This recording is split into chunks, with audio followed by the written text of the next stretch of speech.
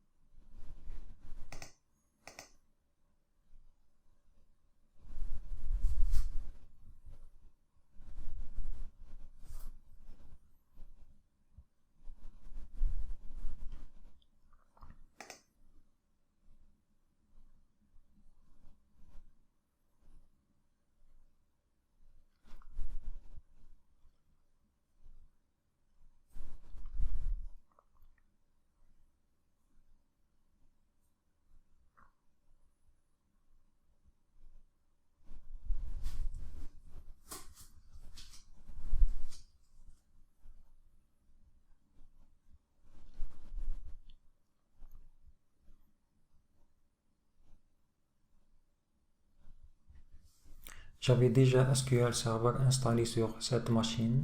C'est pour ça que l'installation a été rapide. Maintenant, je peux connecter cette machine au serveur que je viens de l'installer.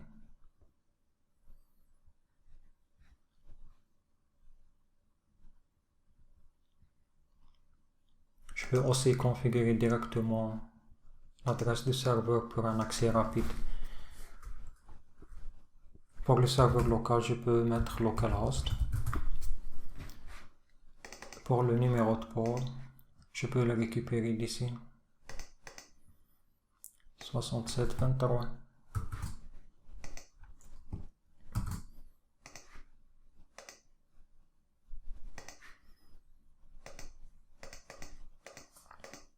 Voilà, j'ai pu me connecter au serveur, mais il n'y a pas encore une base de données. Ce que je veux faire maintenant, c'est d'aller dans notre serveur, faire une sauvegarde de la base de données et la restaurer ici. Donc, pour faire une sauvegarde, je clique sur sauvegarder. Ensuite, je vais télécharger la sauvegarde.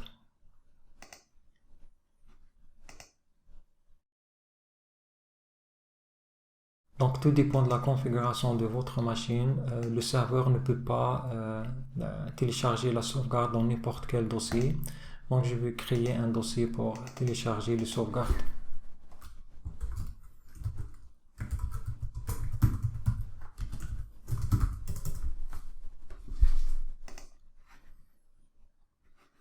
Voilà, je vais juste prendre une copie et la mettre dans notre machine. Donc j'ai copié la sauvegarde dans cette machine. Il suffit maintenant de la restaurer sur le serveur local. Donc depuis l'outil de configuration, je vais à dossier, je clique sur restaurer une sauvegarde.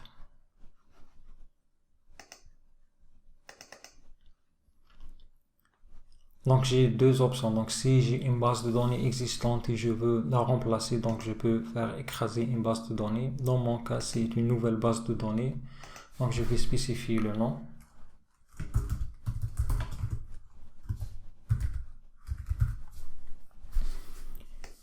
Et je clique sur restaurer.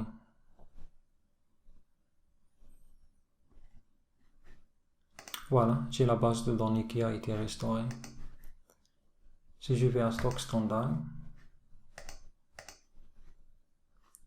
je peux me connecter maintenant à la base de données.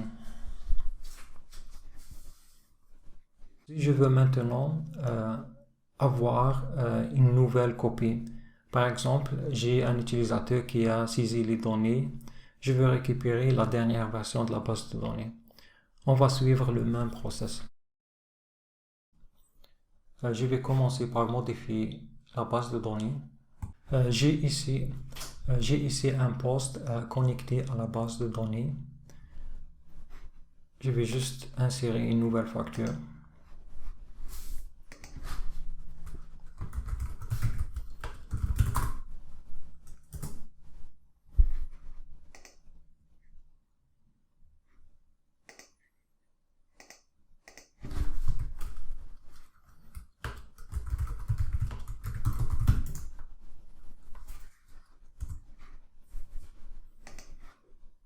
Je vais maintenant faire une nouvelle sauvegarde de la même base de données.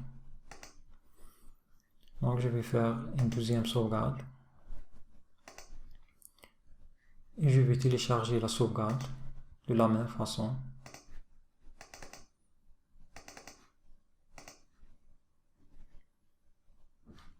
Et je vais aussi la copier vers l'autre machine. J'ai récupéré donc le fichier. De la même façon, je vais le restaurer.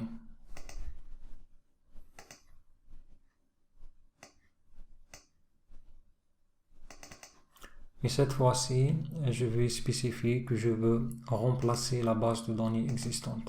Donc je vais sélectionner la même base de données et je clique sur Restaurer. Il faut noter que le contenu de la base de données va être remplacé.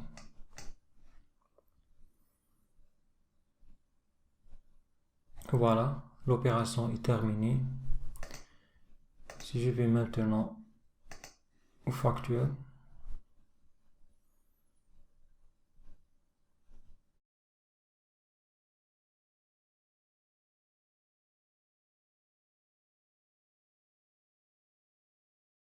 il faut se reconnecter au serveur.